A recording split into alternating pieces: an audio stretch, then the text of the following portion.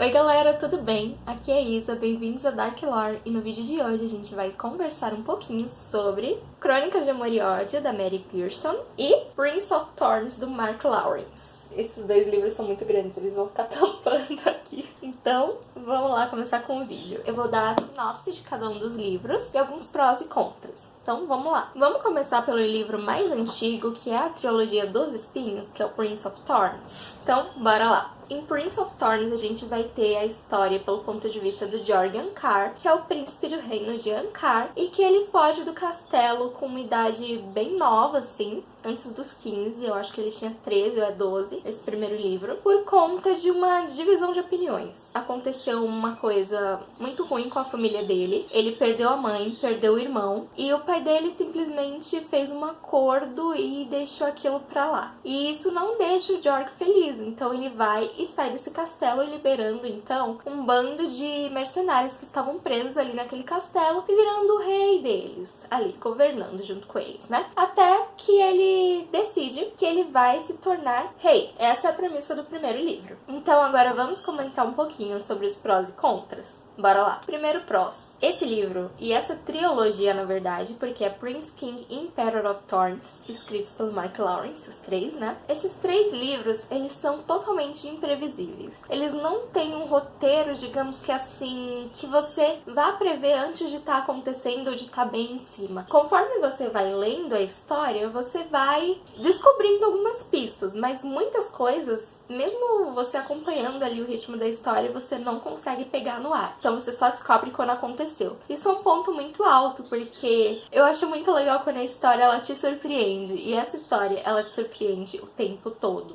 Isso é muito legal. Segundo prós, ela mescla o passado e o presente. Então, tanto o passado quanto o presente são escritos dessa forma bem previsível, bem dinâmica, bem legal de ler. Então, quando você tá no presente, você anseia pelo passado. E quando você tá no passado, você anseia pelo presente. Então, é muito legal acompanhar essas duas versões da história. E o terceiro prós, o personagem é super determinado. E se você curte aquele personagem B10, é o Jorgen Ankar.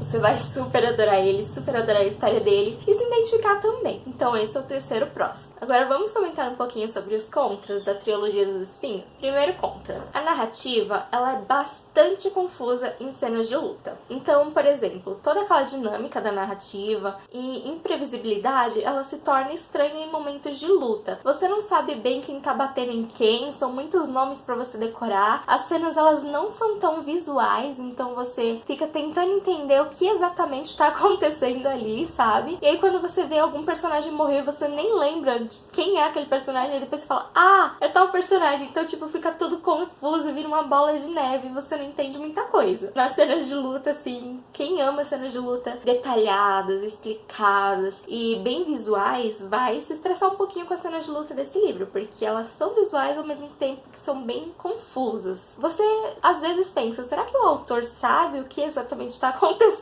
nessa cena? É muito engraçado essa parte. Segundo contra, ponto de vista do diário da Catherine, livro 2. A Catherine é uma protagonista que ela aparece, ela é uma das personagens coadjuvantes que aparece no livro 1, aqui em Prince of Thorns, e que o Jorgen Ankar tem um crush nela. Acontece que ela é uma protagonista que a gente se identifica, são poucas as protagonistas mulheres nessa história, e poucas as protagonistas mulheres bem representadas.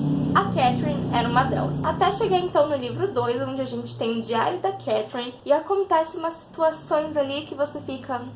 O que tá acontecendo? Então, tipo, a personagem que antes era legal, ela vira uma coisa estranha assim que você fica, meu Deus. Exemplos. A Catherine, ela só sabe falar sobre como ela gosta que os homens admirem a beleza dela, como ela é gostosona. E quando chega uma cena em que ela acredita ter sido ela não sabe ao certo se foi ou não, ela vai lá e fala, ah, por que não ser tal pessoa que era mais bonita? Entendeu? Tem umas cenas assim, umas coisas que você não entende, que não tem nexo, sabe? Então, eu acho que esse ponto de vista era melhor a gente nem ter, sabe? E o terceiro e último contra é o machismo nessa história. Essa história, ela se trata de guerra. Então, é comum em histórias de guerra a gente ter bastante sobre pontos de vista bem machistas. E é o caso, infelizmente, de Prince of Thorns. Então, se você, como eu, é uma mulher e se incomoda com essas questões, em muitos momentos desse livro você vai fazer assim com os olhos, vai fechar o livro, respirar fundo e pensar... e continuar por outros motivos, mas mesmo assim, é uma coisa que incomoda. É uma coisa que incomoda como as mulheres são vistas e tratadas nesse livro e como elas são, assim, digamos que submissa ao George. Eu não vou contar uma história, mas tem uma história aqui dentro que você simplesmente fica chocado que um certo personagem, ele está lá com a esposa dele grávida, andando numa carruagem, até que então ela tá na carruagem da frente, andando junto com uma crush do personagem, até que então a gente vê ele transando com uma outra personagem na carruagem de trás e a gente fica... E é umas coisas assim super, tá? Então se preparem pra isso, vai ter bastante aqui, infelizmente. Vamos começar pela história também de The Kiss of Deception, escrito pela Mary Pearson. Nessa história vamos acompanhar a princesa Gesélia, que vai fugir do seu casamento. Ela vai então fugir com a sua melhor amiga e também uma criada, que é a Pauline. Juntas as duas vão cavalgar até Terravin e vão se hospedar onde tem a Gwyneth e a Birdie. E aí vai começar a história com o príncipe, que ela fugiu do casamento, indo atrás dela, e um assassino enviado do reino de Venda para matá-la, também indo atrás dela. E chegando os dois no mesmo tempo a Terravin. Eu não posso contar muito mais sobre isso, mas, gente, que livro incrível. Sério, sério, eu li muito, muito rápido. Eu li em questão de 3 dias, assim, cada um dos livros. E eles são grandinhos. Deixa eu ver quantas páginas tem. 3 dias, assim, exagerando, sério. Ó, o primeiro tem 409 páginas. O segundo, que é esse, The Beauty of Darkness, tem 567 páginas. E o último, que é The Heart of Betrayal, é o menorzinho com suas 395 páginas. E eu super recomendo essa série de olhos fechados, mas tá bom, vamos começar então com os prós. Vamos lá? Os personagens dessa história é o primeiro prós. E quais são esses personagens? A Pauline, que é a criada da Gesélia, a princesa Gesélia, o Cadam, o Rafe, a Birdie e a Gwyneth. Esses são os personagens, assim, chaves dessa história, mas tem vários outros personagens incríveis ao longo dessa narrativa. E cada um desses personagens é muito bem construído, mesmo se não tivesse o nome deles, quando estão lá denominados, né, por exemplo, começa com a princesa, né, Lia, aí tem o assassino e tem o príncipe. Depois, o assassino e o príncipe, eles são denominados pelos seus respectivos nomes. Então, mesmo que não tivesse esses nomes de cada um dos personagens, a gente saberia qual personagem que tá narrando aquela parte da história. Ignorem a Kuro. Por conta da particularidade de cada um. A gente sente que é mais de um narrador da história. A gente não sente que é uma mesma pessoa falando de diferentes pontos de vista. A gente realmente sente que é um personagem totalmente diferente um do outro. E isso é muito bem feito, é muito incrível. Segundo prós. Quem gosta de protagonistas rebeldes, corajosas e determinadas vão amar a Gesélia. Apesar da premissa desse livro de estar indo um assassino, um príncipe atrás dela, longe da Gesélia ser aquela princesa dependente, sabe? Ela, quando ela vai pra Terravin, ela não tem uma vida de luxo, ela tem uma vida de... Ela trabalha numa taverna. Então, tipo, ela lava a louça, ela atende cliente, ela faz coisas normais, ela cavalga, ela foge, ela sempre foi aquele tipo de princesa destemida, sabe? Ela não é aquele tipo de princesa, assim, submissa. E eu amei isso. Porque normalmente nas histórias de princesas, mesmo as escritas por mulheres, a gente tem muita falta disso, certo? Mas não aqui. E o terceiro prós é os múltiplos pontos de vista. Eu já comentei um pouquinho ali nos personagens, mas como eu falei, essa história ela é narrada não só pela Gesélia, é narrada pela Gesélia, pelo Cadam, pelo Rafe e pela Pauline, e cada um desses pontos de vista tem suas particularidades. Então, é muito bom mesmo, assim, foi um dos melhores livros que eu li com diferentes protagonistas, porque a gente sente isso, a gente sabe que são pessoas diferentes narrando. Agora vamos comentar também um pouquinho sobre o contras, porque nem tudo é flores, né, gente? Bora lá. O começo dessa história, ele é muito agitado. Ele já começa com ela fugindo do casamento. Começa, na verdade, parado, com sendo feito um cavá no ombro dela, que é uma tatuagem temporária de casamento. E aí a gente já começa meio... tá meio entediante. Aí, até o momento em que ela decide fugir com a Pauline. E aí, fica incrível. Quem gosta dessa coisa, assim, da estrada, tudo mais, vai amar essa parte. Então, fica bem agitado com ela, deixando pistas falsas, indo até Taravin. Acontece que quando ela chega em Taravin, que é logo aqui no começo do livro, mais ou menos nessa parte aqui, no máximo mesmo, até mais ou menos essa parte aqui, ó, não, essa parte aqui é tudo Taravin. Isso é uma suposição. E lá em Taravin, ela vai desenvolver a relação. Eu vou contar isso como um contra, mas isso é tanto um prós quanto um contra. Por quê? Porque aqui a gente vai ter ela desenvolvendo o relacionamento dela com o Credon, com o Rafe, conhecendo mais sobre cada um, o assassino conhecendo ela, o príncipe conhecendo quem era essa princesa, que ele também não queria se casar. E aí a gente vai ver o relacionamento dessas mulheres juntas ali, que elas se unem, se ajudam. Vai ser toda uma construção de um relacionamento. Mas essa parte é um tanto parada, porque ela fica ali fazendo os mesmos serviços todo dia e conversando com esses personagens em uma parte bem longa da história. Então, quem quer... Esse é um livro de guerra também, esse é um livro de estrada. Quem quer ver mais estrada, guerra, não vai gostar tanto dessa parte, vai achar entediante. Agora, quem preza o relacionamento dos personagens uns com os outros e a construção da narrativa ali ao longo da história, né? A construção, o desenvolvimento dos relacionamentos, vai adorar essa parte, então já não se torna um contra. Porém, pra muita gente, como eu disse, pode ser um contra. Pra mim não foi,